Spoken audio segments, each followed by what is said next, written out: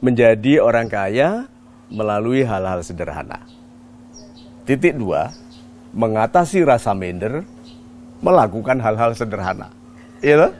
Oke, karena kan mau jualkan, mau tanya itu rasa minder, rasa malu. Oke. Kalau saya jual kulkas gitu, banyak bawa brosur nih. Ada ring bindernya, kulkas, AC gitu kan. Kemudian freezer juga ada, freezer separuh, freezer 3 pintu, 2 pintu. Ada freezer yang merangkap kos-kosan. Oke, sudah lengkap ini. Dia punya semua alat masak, blender, macam-macam, ada lengkap ini. Tujuannya adalah dikreditkan. Masyarakat Indonesia ini suka kredit. Oke, suka membeli ke depan. Jadi membayar ke depan barang yang sekarang. Itu orang Indonesia suka sekali.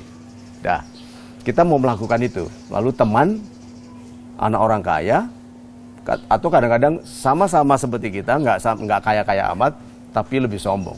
Dia bilang, mau-maunya yuk jualan kredit gitu kan, mau-maunya jualan. Nah, sekarang logikanya.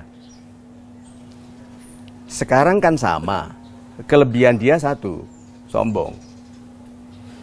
Iya toh, itu kan sama sekelas gitu, tapi kelebihannya dia sombong. Kekurangan kita apa? Peduli dengan komentar dia. Udah orang sama kelasnya, sombong, kita peduli dia ngomong apa, kita terpengaruh. Logikanya sekarang. Kalau kita miskin, dia biayai kehidupan kita nggak? Tidak. Good. Nanti yang lebih kaya, yang menahan malu, menahan gengsi, jualan barang-barang kecil untuk mendapatkan rezeki Tuhan, atau yang gengsian, sombong. Ayo, yang nanti betul-betul kaya yang mana? Ini udah pilih yang jadi orang kaya. Pilih. Kalau bilang gitu, Pak Mario kan bekerja di bank asing. Nanti dulu. Saya pernah mengundurkan diri dari bank. Mengundurkan diri vakum 1 tahun. Tidak bekerja. Padahal sekolah sudah tinggi, jabatan sudah lumayan, tapi mengundurkan diri karena capek bekerja. Ingin memulai wirausaha. Tahu saya buat apa? Filter air. Saya buat dari peralon, saya geraji sendiri, saya kasih filter dengan sekian mikron, filter pasif. Kemudian saya taruh di situ pasir yang khusus untuk filter, active carbon untuk menyerap metal. Saya pelajari detail, saya lem sendiri, saya cat sendiri, saya datang ke arisan-arisan. Ini saya sudah bekerja di bank asing loh. Saya presentasi di arisan-arisan ibu-ibu itu. Dikerjain oleh yang sombong-sombong. Kami sih beli buatan Amerika. Tahan. Oke? 1 tahun saya alami itu. Saya ngirim ke rumah orang, saya bor tembok, saya pasangkan. Banyak orang nggak tahu bahwa saya melakukan itu dulu.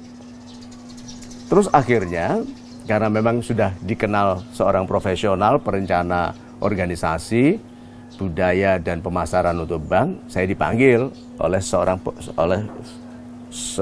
pemilik bank. Ditugaskan untuk membesarkan banknya. Jadi saya mikir, mau diteruskan nggak kehidupan yang berat, susah, ini jualan filter gitu. Hasilnya nggak banyak, tapi saya menikmati. Karena jelas sekali saya buat, jual, dibayar. Itu rasanya enak sekali. Sedangkan sebagai pegawai saya bekerja 1 bulan, malas pun digaji. Saya memutuskan untuk bekerja lagi. Oke, saya bilang gini, saya tidak berencana menjadi pemilik pabrik filter. Karena saya ingin menjadi penasehat bagi banyak orang. Saya bisa jadi pemilik pabrik filter lalu punya waktu untuk menjadi penasehat. Tapi di perbankan ini memungkinkan saya semakin profesional dalam menyusun organisasi. Kemudian concern-nya bisa nasional, bisa internasional. Saya memutuskan berhenti bekerja lagi di bank. Tahu nggak, saya sebagai Vice President masih ada yang telepon, Dik Mario filternya masih ada. Gitu. Masih ada yang sombong gitu. Pasangin ya di rumah kita. Gitu. Ya saya bilang iya boleh gitu. Saya dalam perjalanan ke kantor pakai jas. Naik mobil Eropa, berhenti di depan rumahnya bawa filter 1. Gitu. Harganya Rp45.000. Terus dia itu bukan main, menyesalnya nyombongin orang yang nganterin filter, dan saya lepas jas, saya bor sendiri, dia tungguin dengan penuh hormat di belakang saya. saya pasang di kamar mandinya. Airnya karena air di situ kotor. Tapi saya berlaku seperti tukang pasang filter dulu. Supir saya dulu, Bapak, bro saya bantu, nggak usah, ini harus saya lakukan sendiri. Jadi gulung gitu. Dia bilang, Bapak harus saya siapkan minum apa, nggak usah gitu. Terus sudah selesai, Pak. Mohon maaf, Pak, bener aja 45.000 itu. Sungkan dia. Tapi saya bilang, enggak, business is business. 1 miliar tanpa 45.000 rupiah tidak lengkap. Ya tidak akan 1 miliar. Terima. Saya bilang, terima kasih banyak Bapak, saya permisi dulu. Tuh. Di situ itu saya melatih diri saya, apakah saya akan meninggalkan pekerjaan dengan uang kecil karena kemewahan dalam jabatan yang senior di perbankan. Enggak, saya latih diri saya sendiri, mau gitu. Bawa bor, bawa kabel extension gitu. Mau tukang kok. See? Berarti bukan soal gengsi. Soal kerendahan hati. Mau nggak kita itu berlatih ikhlas gitu, rendah hati. Yes, dihina ya biarkan gitu. Dianggap miskin ya biarkan. Income-nya kecil ya biarkan. Pokoknya aku lakukan. Saya sudah melihat orang-orang seperti itu jadi orang kaya raya.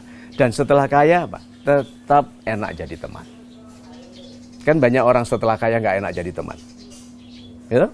Ngomongnya barang mahal terus begitu. Padahal persahabatan ini lebih mahal daripada barang. Kamera bisa dibeli, tetapi ketemu teman baik yang bisa dipercaya. Nah terus kenapa kita yang maunya hidupnya besar dengan hati yang rendah, kok mengizinkan orang sombong, orang kecil sombong menghina kita? Lihat saja dari mata masa depan.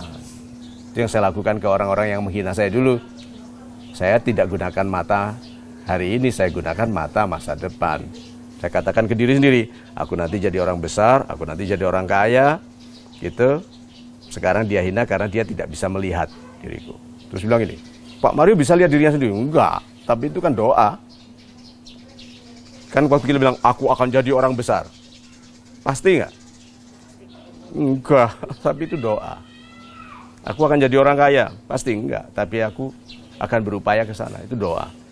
So kalau begitu mulai dari sekarang, lebih peduli yuk ke diri kita sendiri, ke masa depan kita sendiri. Orang-orang seperti itu pengganggu, bersahabatlah dengan orang-orang yang percaya bahwa kita bisa. Gitu.